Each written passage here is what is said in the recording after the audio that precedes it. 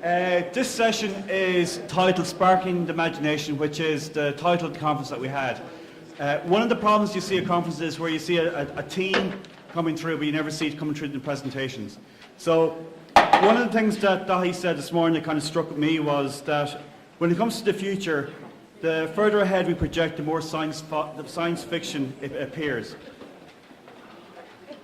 Arthur C. Clarke, very famous science fiction writer, said that any sufficiently advanced technology is inextinguishable from magic, okay?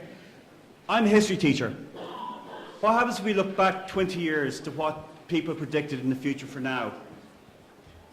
I'm going to show a shortened video from AT&T, where a major telecoms company in the UK, or the US, and this is what they believed. Have you ever borrowed a book from thousands of miles away, across the country, without stopping for directions, or sent someone a fax from the beach? You will, and the company that'll bring it to you, AT&T. Have you ever paid a toll without slowing down? Bought concert tickets from cash machines? Or tucked your baby in from a phone booth? You will, and the company that'll bring it to you, AT&T. Have you ever opened doors with the sound of your voice? Your card, please. Carried your medical history in your wallet. Your wife's gonna be just fine.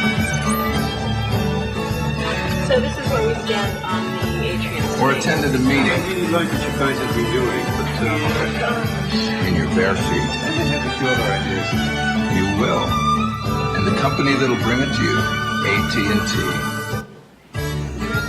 Have you ever watched the movie you wanted to, the minute you wanted to? Learn special things. That's all taken from jazz. Know any questions? From faraway places. So where did jazz come from? Good question. Or tucked your baby in from a phone booth.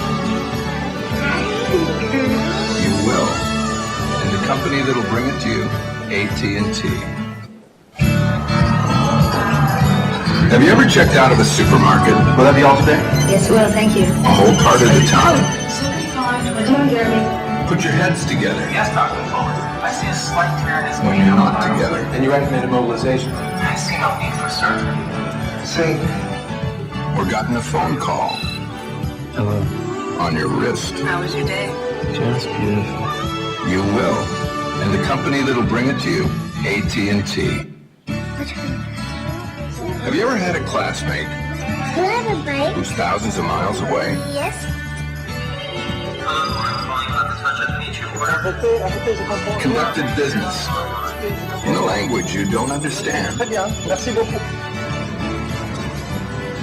Or kept an eye on your home when you're not at home? You will, and the company that'll bring it to you, AT&T. Have you ever renewed your driver's license? Had a cash machine? Nice picture. Fixed your car with a television? You're having a problem with your rotor. Can you walk me through that? Move your right hand. Or had an assistant Here are who lived in your computer? the reference material I gathered for your 10 o'clock meeting, and I'm still working on those play-out tickets. Good boy. You will, and the company that'll bring it to you, AT&T. Okay, what did AT&T get right? Have you ever borrowed a book?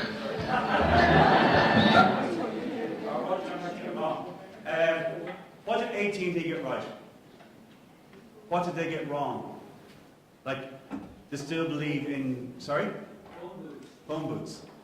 Like, but pretty much everything else that pretty much nailed on the head. What's going to happen now, we're going to show you two bits of technology that's very futuristic. Don't get shocked with it, don't faint. But again, we're trying to spark the imagination here. So as teachers, think about when you're driving home tonight or in bed tonight, thinking about what you see and say, folks, down to when you're a bit of time to yourself, think about what you can do in your class. Okay, I'm going to hand you over to Stephen. Excellent.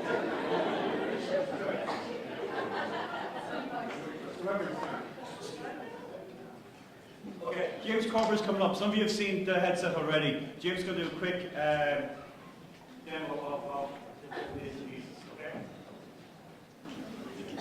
Hi everyone. It's an honor to be asked to talk here today. It's a chance to be asked to talk about sparking the imagination. But when I was asked, the first thing that came into my mind was what sparked my imagination when I was young. And I'm sure it's the same for a lot of you, which is science fiction, obviously. And I love that video that John showed there because it's amazing how much that stuff seems science fiction at the time and has become a reality since. But I think there was two things that they didn't include there that they weren't going to talk about. Because there was one program in science fiction that really sparked my imagination, that was Star Trek. The idea of teleporting. You know, such a fantastic idea that you could instantly be in another place, just in a flash. And the other idea was a holiday. And the computer could just project imagery into a room, and you could suddenly feel transported into, you know, anywhere. So that was the holiday, and this is today's reality. What this guy is wearing when he's standing in is real. The headset is what I was showing outside all day. That's the Oculus Rift headset. And he's standing in what's essentially a giant trackpad for your feet. It's called the Virtuix Omni. So he can rotate in that and he can move in any direction. And he's staying in the same spot, but it's controlling the avatar that he's seeing representing himself in the virtual world. So just to start with the headset, that was a phenomenon on Kickstarter, the crowdfunding campaign, nearly 1.5 years ago. It raised $2.5 million. And it just showed the kind of interest that's there for that. But since then, it's actually taken a venture capital investment of $75 million from Andreessen Horowitz.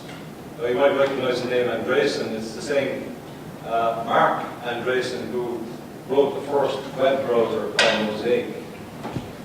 And what he said about the Oculus Rift headset and why they were investing in it was because they believed that it would not only alter the gaming landscape, but would redefine fundamental human experiences in areas like film, education, architecture, and design.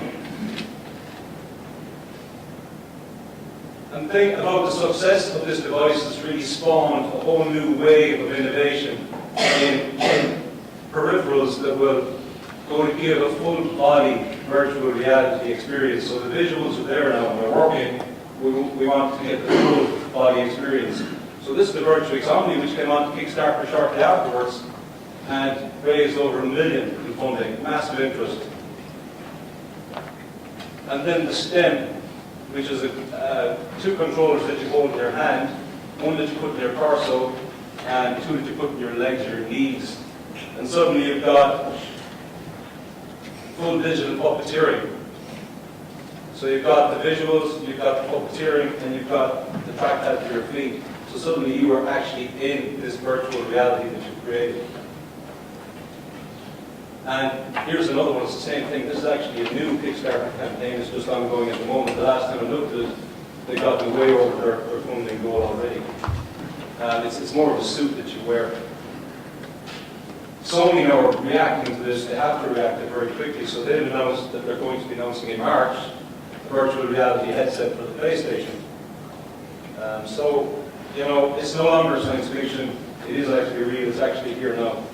We were looking up to be invited to the ITLD, that's the Irish Technology Leadership Group. They had in Shannon Airport a few weeks ago. Of course, 700 students were there on the day. It was a fantastic day, and all the students had a competition to come up with incredible visions of the future. And so a few of us had a few stands there, and there was queues like this all day. for the Oculus Rift. And these guys, I mean, they were self-organized here. There was no one was beating them into a queue. They just couldn't wait to try it out. And a lot of them came around with the fur thing to have a look. We were just showing them the demo that I was showing outside there today, which is a very plain demo of walking into a villa, a Tuscan villa. So there was nothing exploding, no one chopping things and breaking things. It was a very plain demo of the locally. So that's the hardware. You say, what about the software? Well, people have been creating these virtual worlds for years. So I was delighted to see Dr. Murphy doing the keynote address this morning, because 5 years ago, it was at his school in Wales School in Castlewest where this all, for me, started off, where we introduced the virtual world software called Open Simulator, which is an open source system. Anyone can download it and use it. You're not locked into any proprietary company. So the kids there started creating things like this.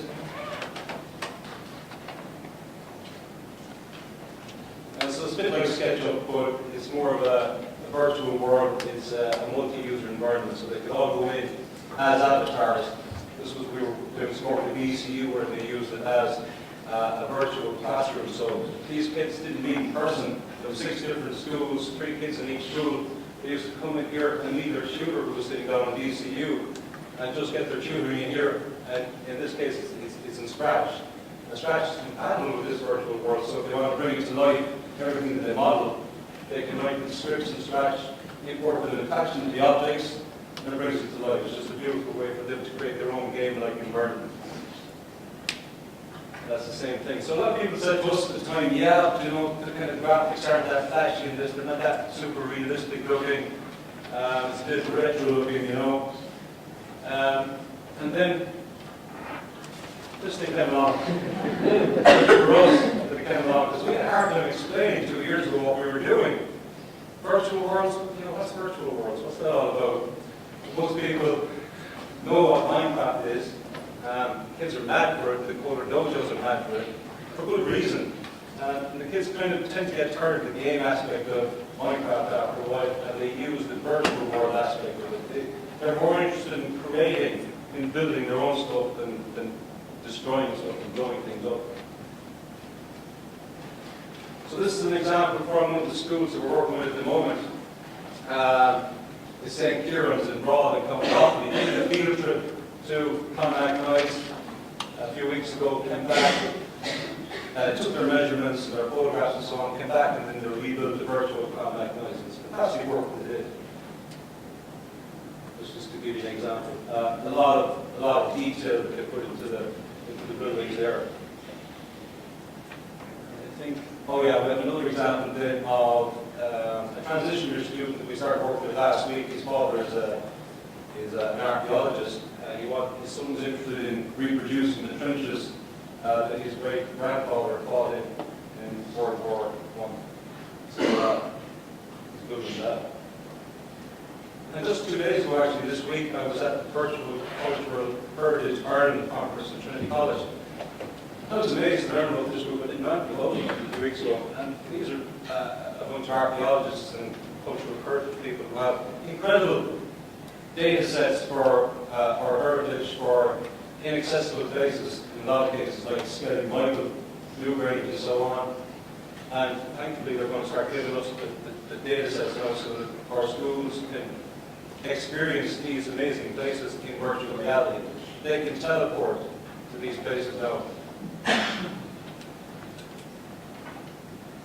I said I'd throw this in there. This was announced last week. It's the Project Tango from Google. I don't know if you've heard of it, but it's an incredible new device. It's a smartphone. Okay, it's a bit like Kinect, Microsoft Kinect. It's 2 cameras on the back of the phone, and so it can take depth of information. And it's actually an Irish company that developed the chip that's the major part of this, Movidius. So what it means is you're going to be able to walk into a room with your phone and hold it up and just move it around like that and scan it in 3D. So you have the picture, you have the texture, but you also have the depth. And then you can just transmit that to someone down the line, take it on the virtual reality headset, and suddenly they're there in that room, they teleport to that room. Okay, so just what I'd like to show you before I finish up is just a video that we took last week from the school in Offaly where the kids are basically, after spending, let's say, 2 weeks building the model. Where's that video? Bottom there. It's on the desktop. Oh, this one, sorry, okay. So the interesting thing for them. Whoa, I was right there. Whoa. Whoa, I was like, whoa, that is humongous. Cool. I'll just quickly explain that they'd spent weeks building this, but looking at it in a monitor, a computer monitor. And even though they got intimately familiar with the buildings, they still had no sense of scale. It wasn't until they put on the virtual reality headset that they suddenly realized how big things were and the distance that was involved. It was just a completely different experience, so I'll tell you a small bit of this. Crosses.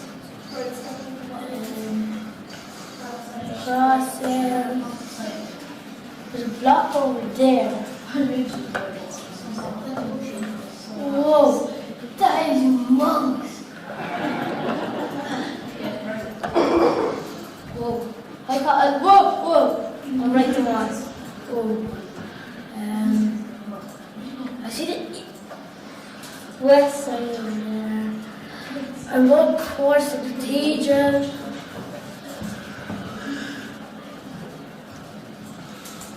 I see Emma. Cool cross. Whoa. That's weird.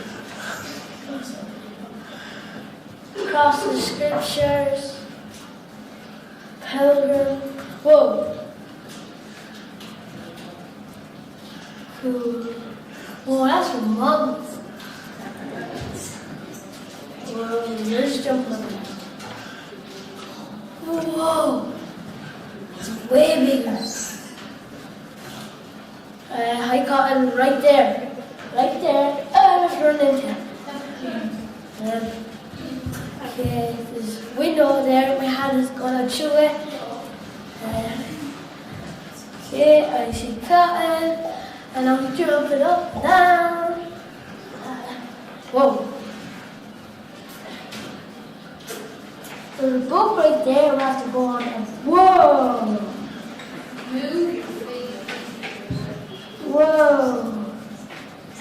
Whoa. He jumped. Cool. On is right there. There's a window right there. Yeah, right there. Whoa, there's a person right there. Literally right there. Obviously, very fun there. I should just say, I hope this doesn't mind me saying, but about half an hour before we shot that video, this lad had been in the corner, getting on his way. He's the troublemaker of the class. He gave the most amazing reaction on the headset, so that was good. So just to wrap up, all I'm saying is in terms of this technology, it's not the be-all and end-all, but it does offer students the opportunity now to, go on virtual field trips. And it's an awful cliche to say it, but with this stuff, imagination is usually the only limit in terms of where to take your students. So thank you very much for listening.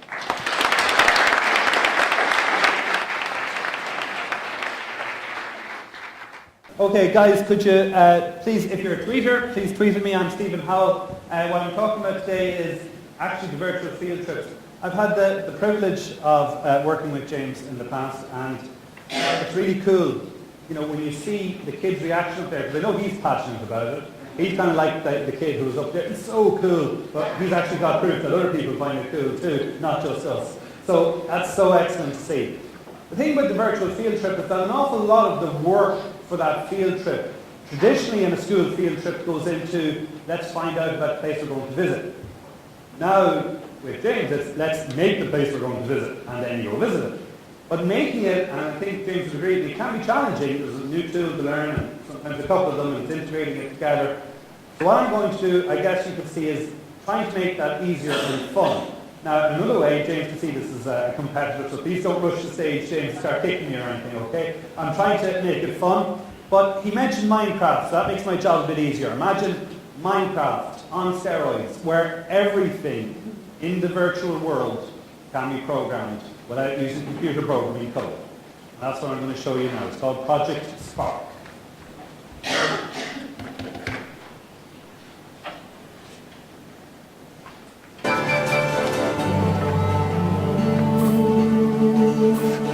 So you will notice, first of all, you notice it's very loud.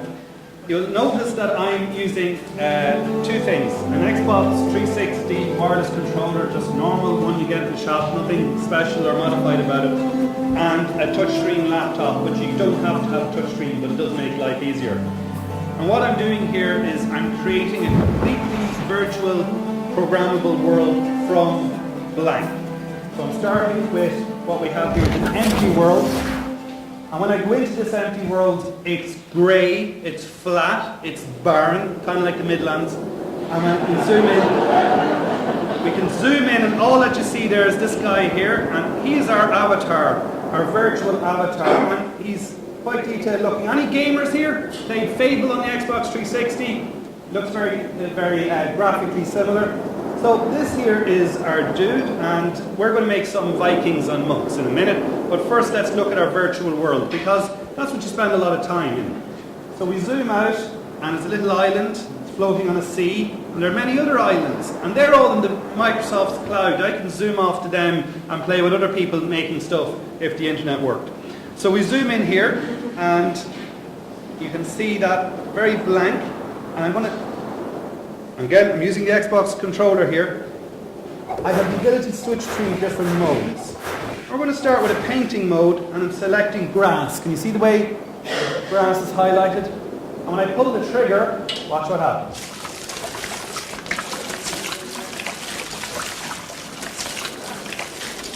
So I've just painted some grass. Now, it'll take me all day to paint it at that rate, so I can make a bigger paintbrush and paint lots of grass. In fact, I'll zoom out. And I've always wanted to run around a field of daisies. Haven't really, but it sounds good. Maybe they're not daisies, I'm not sure.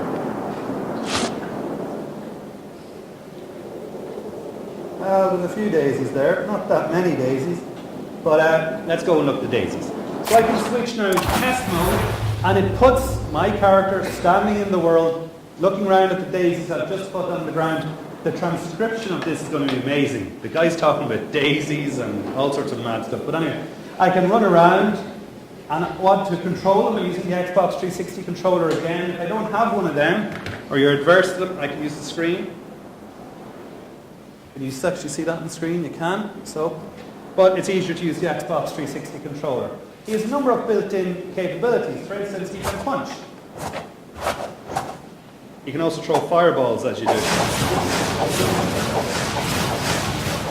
which is one advantage the kids probably appreciate over OpenSim. And if we can jump, and it's very cool, and he does all sorts of, you can roll around, and there you go. Now, so what? Well, let's go back into editing, and let's do a geography lesson. Where would you build your houses in this virtual world? Well, we're going to switch to biome mode. And this is going to save me a lot of time, because I could plant each tree individually, or I could do this. Now, those trees are rather large in my opinion. I'm going to go back, and I'm going to say let's shrink down the scale of those trees. So now I have much smaller trees, and I can paint onto my world a bit ring of trees around him. He's in a glen there with some trees in the middle. And rather than just a flat Midland style glen, we can switch to this mode, and we'll scale up a bit.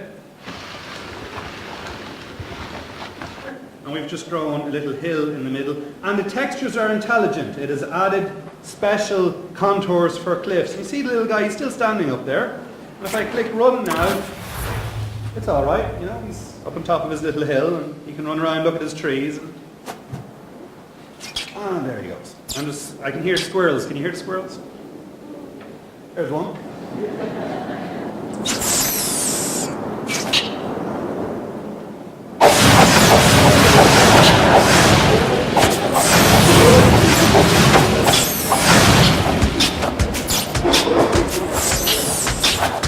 I don't like red squirrels. Squirrels are immortal. I didn't know that until now. Oh no, they're not. Got him. Anyway, so what else can we do? Well, some people are probably saying right now, it's okay. Batman will go away and Minecraft will come back. Well, we can just make it all Minecraft if you want. We have the ability to make everything look like it's in Minecraft.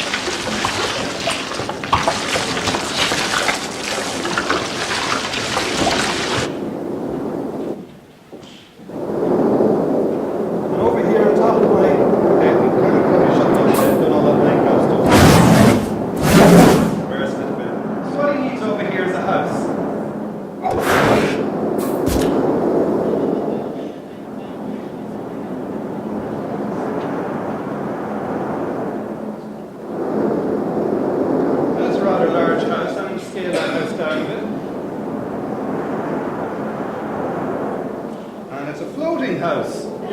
Property prices on that are a killer, so just see the property tax. So anyway, so we've added it around a bit, and there it is. Better pick that up.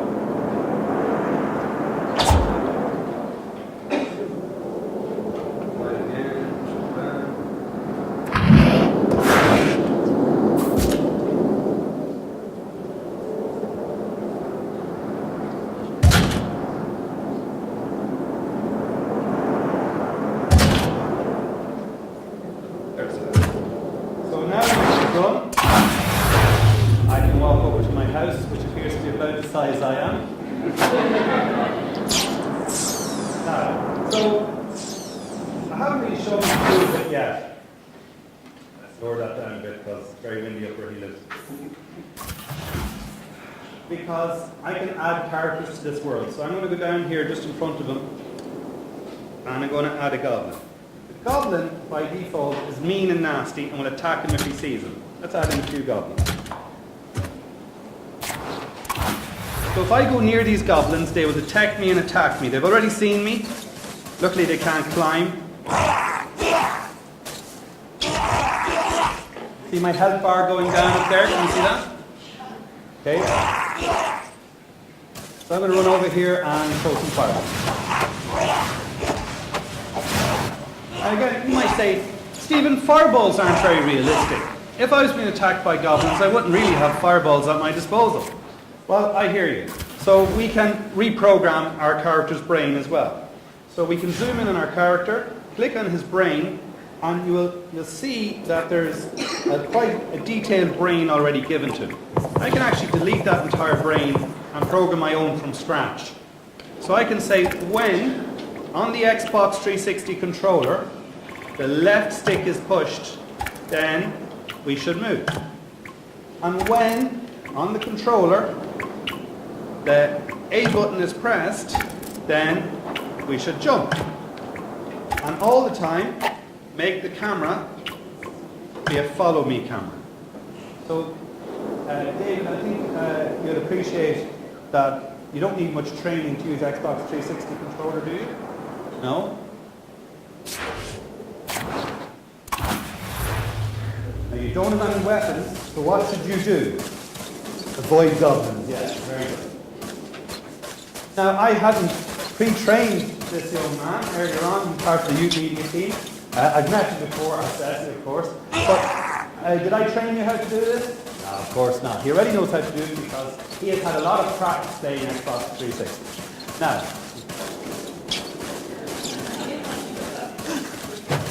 it's a bit cruel not giving you a weapon, so what I'm doing now, I'm going to take him off for a second, I can go into edit mode. I can say, you know what, that brain wasn't that good. When you suddenly speak commands, I have a brain gallery. Third person shooter. Now you have a crossbow with infinite fireballs. Now before I give it to you, remember, you should not shoot anyone in real life with a crossbow. Okay? Very good. Go kill some goblins.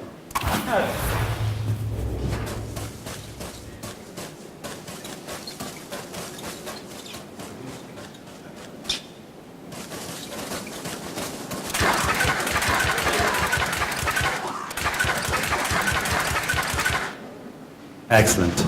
So you've really massacred those, and the hill is not your enemy. You don't have to shoot it. So I'm going to switch this microphone. People tell me if this is working. Working? Working? Working? Working. Because I want people at the back to hear me. So we can do some slightly cooler things. We can make the goblins not attack you. We can make the goblins think they're your friend and follow you around. We can make the squirrels think that they're villagers and try and help you too. Everything is programmable. You can program every tree, every stone, everything in the game. But before I do that, I want to show you some more of the geographical things. So you've already seen add forests, but I can also add rivers.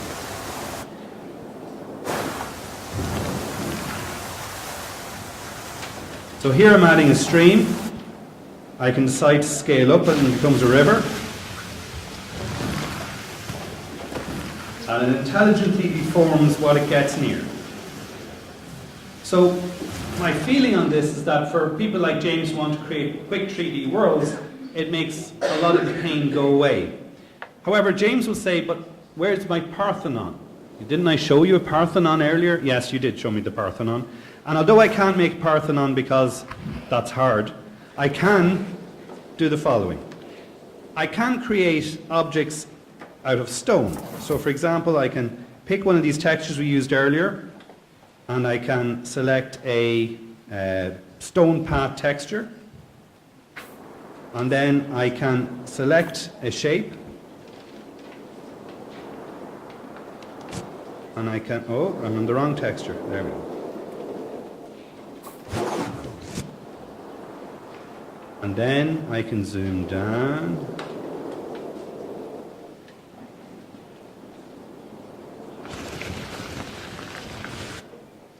So I can create buildings. This is my bad attempt at a castle.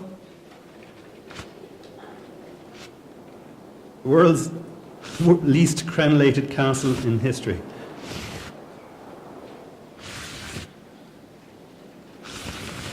It's kind of a castle. It's a castle that needs serious maintenance.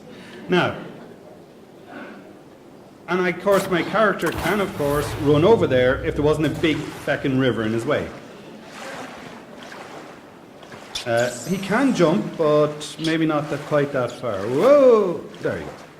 So I can run over to this building that you just saw me make. It's not much of a building, but it's a start, and have a look. I can also use primitives, so I can, before the goblins catch up with me, you'll notice that the built-in objects in this world, including things like bridges, which is huge, so I'll shrink that down a bit. There you go. There you go, floating bridges, to all sorts of mad things as follows. So you see the way they make money is some of these items cost a few pence or cent. Some of them are free. All the ones I've shown you are free and come with Project Spark. But I'm going to zoom in, ignoring the microtransaction ones, and you can see there's lots of they're all fancy type things, but there's the primitives. So I can take a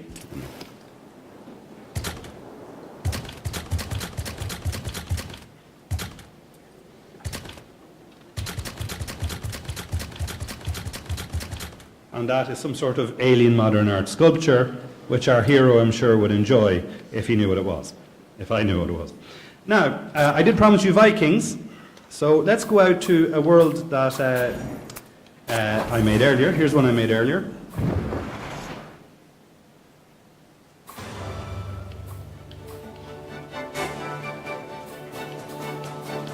Now, this one was designed for a much better computer than I have. So if it crashes because I put too many trees in, sorry about that. Hopefully it won't. So in this game I have a monk, and he's got some little hovels monks live in, very nice. You can tell he's a monk because he's got excellent taste in hairstyle. He's got excellent taste in clothes. And he's got Clonmacnoise Tower that you can walk inside and have a look. Well, it's actually Monster Boyce Tower, but most of you people haven't been there and wouldn't know what I was talking about. but that's where I'm from. So, oh.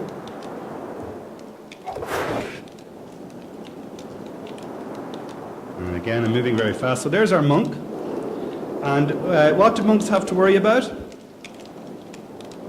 Vikings, very good. So our monk, who starts his day, there he is, going to go for a bit of a run. And what's inside the tower over here? Well, an object, and you see it says B. What do you think that means? I should press B. So I press B and it gives me a torch with special effects, and I can sort of run around with my torch, have a bit of a jump.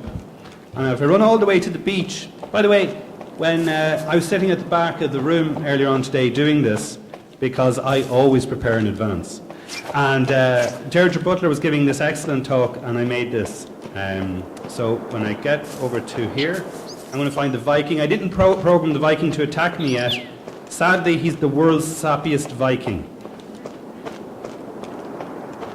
because he says he's here to help.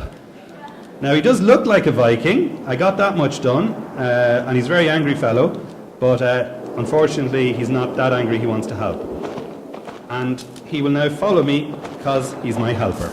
The default brain for the Viking is to run after you and help you. Not quite sure what they were thinking with that. But, as you can see, that was about 10 minutes work, and as you can see, it's got cliffs. I can look up trees, all sorts of mad stuff. Squirrels, second squirrels, there you are. I'll teach you. Quick, get him. Okay, now, got away. Okay, so back we go to our monastery. And you can see the ground's different heights, and let's go in and just edit it a little bit to show. So I can decide at any point, you know what, it would have been slightly better if we'd expanded the ground he's on, but not so much. We're talking on a small scale, and we're talking on a small intensity. So like that. And we could even lower that intensity. So it's hilly ground now, but that's maybe too hilly, and we can, of course, erode that down.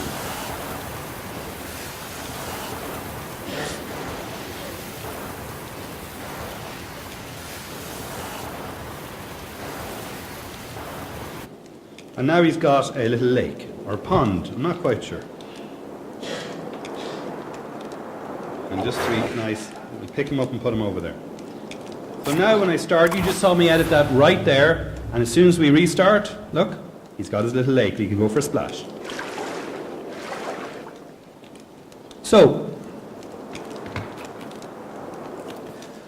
what Project Spark will give us is the ability to create 3D worlds using the type of controller the children are already, assuming you're what many people would class as a bad parent, lots of familiarity with, a computer controller for the games. And my kids play Minecraft on their Xbox 360 because it does 4-player, and I have 4 kids. Now, they're a bit cruel, the older ones. They tell Molly the controller's hooked up, but really it's not doing anything. But look, she's 3, you know? But she thinks she's excellent at Minecraft. She thinks she's controlling everything. And generally in real life, she does.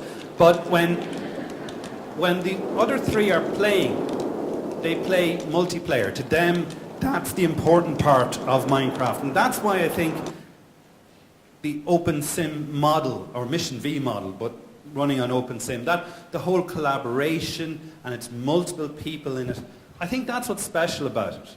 All of you could go home and create a virtual world and run around it, and that's what we do when we're playing Call of Duty and all those games where we're shooting each other, and that's all great. But what's more important, I think, is the creative programming aspect, the creation step where you're making the world, and then for the kids to interact. So just as a side note, I don't know if any of you know Minecraft Homeschool, so an Autcraft, and I know Minecraft's sometimes called the Autism Simulator, sometimes in a derogatory way. But as you know, I have a 10-year-old who's high-functioning autism, and Jack, and he's an amazing kid who suffers from social issues. He doesn't want to engage with things like football or his friends, but he has made several friends in Coder Dojo because he likes computer programming. He's made several friends in Minecraft because he likes Minecraft. And if you like both of them, he won't stop talking to you about them. He makes friends that way. And he's been recently going on to the Minecraft homeschool server where nearly everyone on it has Asperger's or has been told to behave themselves effectively. It's the nicest, simplest way to put it. And I can hear him shouting things like, take that iron, you can never have too much iron, at kids in America. And my 10-year-old is saying to someone in America, you can never have too much iron. Okay, this is a different kid than when he's in school, where he's lying about the place and refusing to do anything, and the only time he engages with the teacher is when the teacher talks about Harry Potter. So it's fantastic for me to see him in the creation process. And I've had these bizarre conversations with him over the last week where his mother is saying, Jack, did you finish building the longboat? Because he's doing a Vikings module in Minecraft. And he's saying, Mommy, I have to collect the wool to make the sails. Would you stop asking me? I can't find enough sheep. My 10-year-old has a sheep resource problem. Okay? And the 5-year-old Samuel wants to know when he can get on and start playing with the Vikings. So, and Karis is already, when we're not looking, going on and playing with the Vikings. So it's a fantastic, collaborative platform. What this is trying to do is, those of you who've seen Kodu will see it's programmed the same way. I haven't done much in the programming on purpose. But imagine that if you're a postgrad or you're a teacher and you want to create a beautiful 3D world quickly and easily, and you don't necessarily have the ability, the networking capabilities even, which I know is sometimes a problem, to hook up to something like Mission V, then you can say, well, really, if I have a reasonably good computer, I have this on highest setting of graphics, probably not a good idea, but you can put it on low setting graphics, it'll run on an Intel graphics card even, you can create a 3D world, have your kids in it, be running around, and it's completely free. Project Spark from in the Windows 8 store, coming soon to Xbox One this week and Xbox 360. I hope you've enjoyed that. I'm at Saorog, S-A-O-R-O-G, and I'm Stephen Howell. I think I have that on a slide. There you go. And thank you very much. And afterwards, I'll take questions, but I can't now because I'm out of time. Thank you very much.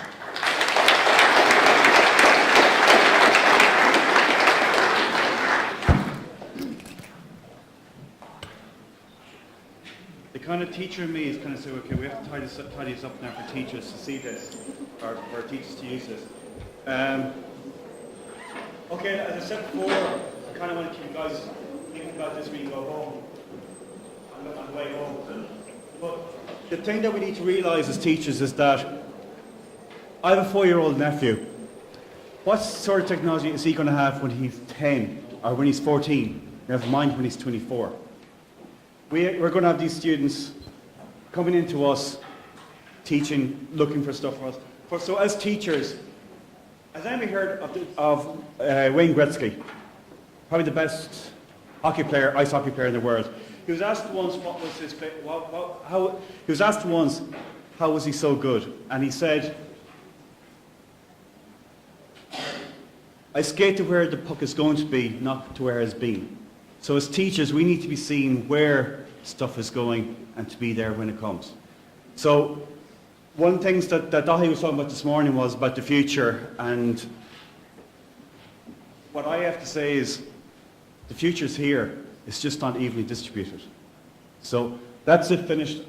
We have the closing ceremony with Adrienne now next and the AGM afterwards. So thanks very much.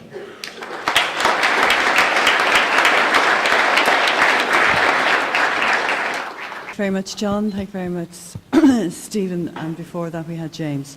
Just before I make my closing remarks, I'd like to call on Elizabeth, who just wants to inform everybody about something at the moment.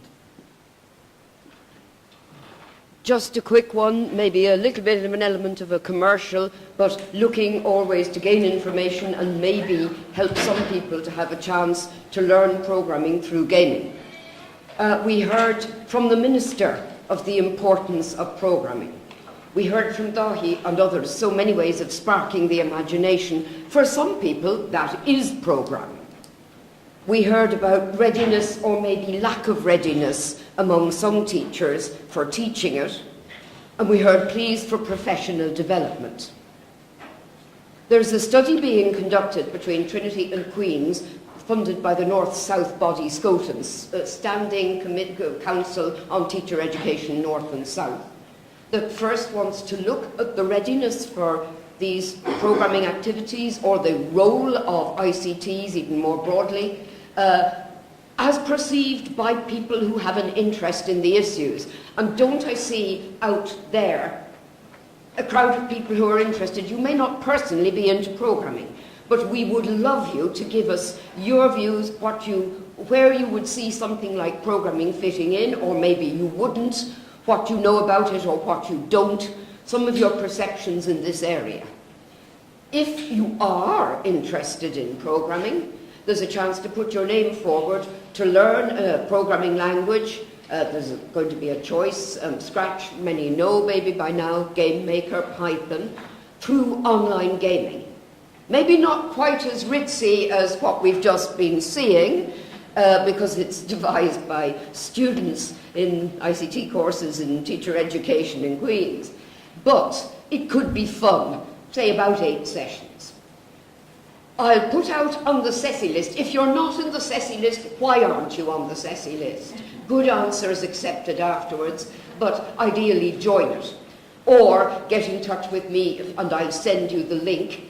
We just want to make quite sure it's working, so I aim to put it up on Monday. As many people as possible contributing, about half an hour to fill up the questionnaire, less if you're quick. And then if you are interested in taking part in the gaming activity, then we need to know who you are, so we can get back in touch and select our people, randomly if there are more people than places. I don't want to take more of your time now, but just look out for this appearing on the CESI list. And this could be the really informed input as to where we stand with readiness to introduce the new short course modules. CESI, go on being the wonderful organisation you are, where we all help each other share and learn. Thank you.